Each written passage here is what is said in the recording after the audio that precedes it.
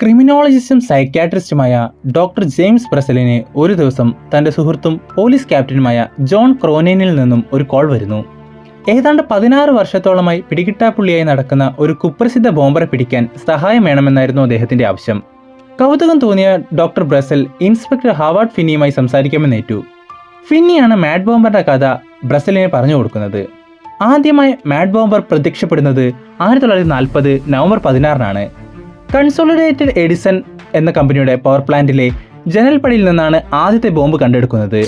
വെടിമരുന്ന് നിറച്ച ഒരു ചെറിയ പിച്ചള പൈപ്പ് കൊണ്ടുള്ള ഒരു ബോംബ്. അതിനോടൊപ്പം ഒരു കുറിപ്പുമുണ്ടായിരുന്നു. കോൺ എഡിസണിലെ വഞ്ചകരെ, ഇത് നിങ്ങൾക്കുള്ളതാണ്. അക്ഷരങ്ങൾ പെറുക്കി പെറുക്കി എഴുതിയിട്ടുള്ള ആ കുറിപ്പിൽ FP എന്നീ അക്ഷരങ്ങൾ കൊണ്ട് ഒപ്പുമിട്ടിരുന്നു. എന്നാൽ ഈ ബോംബ് പൊട്ടുന്നതിന് മുമ്പ് നിർവീര്യമാക്കി.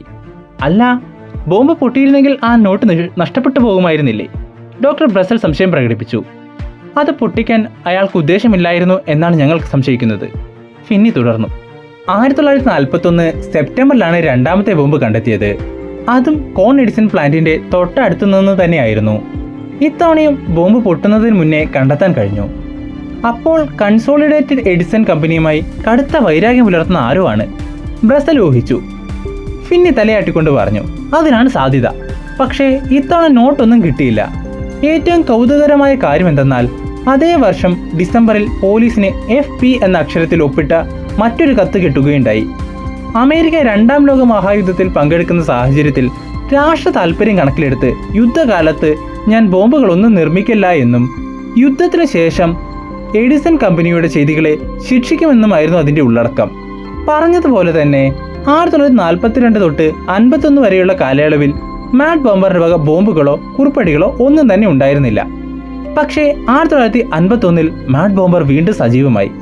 സത്യത്തിൽ ആദ്യത്തെ 2 ബോംബുകൾ ആരും അത്ര സീരിയസ് ആയി കണ്ടില്ല എന്നതായിരുന്നു സത്യം. പക്ഷേ 1951 തുടർച്ചയായി പൊതു ഇടങ്ങളിൽ ബോംബുകൾ പ്രത്യക്ഷപ്പെടാൻ തുടങ്ങിയതോടെ സംഗതി വഷളായി. ബോംബുകൾ സ്ഥാപിച്ച ശേഷം മുന്നറിയിപ്പ് നൽകാനെന്ന പേരിൽ വിളിച്ച് ആളുകളെ പേടിപ്പിക്കുന്ന ശീലവും ഈ മാഡ് ബോംബറിനുണ്ടായിരുന്നു. 1951 മാർച്ച് 29-നാണ് പുതിയ വേവിലെ ആദ്യത്തെ ബോംബ് പ്രത്യക്ഷപ്പെട്ടത്. മാഡ് ബോംബറിന്റെ ആദ്യമായി പൊട്ടിയ ബോംബും ഇതായിരുന്നു.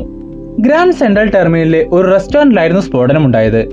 അതിൽ പക്ഷേ ആർക്കും പരിക്ക് പറ്റിയില്ല. 1951 7 ബോംബുകളാണ് ആകെ പ്രത്യക്ഷപ്പെട്ടത്. ഇതിൽ 2 എണ്ണം കോൺ എഡിസൺ പ്ലാന്റിലായിരുന്നെങ്കിൽ മറ്റെല്ലാം പൊതുസ്ഥലങ്ങളിലായിരുന്നു. ഫോൺ ബൂത്തുകളാണ് തന്റെ പൈപ്പ് ബോംബുകൾ ഒളിപ്പിക്കാൻ മാഡ് ബോംബർ കൂടുതലും തെരഞ്ഞെടുത്തത്.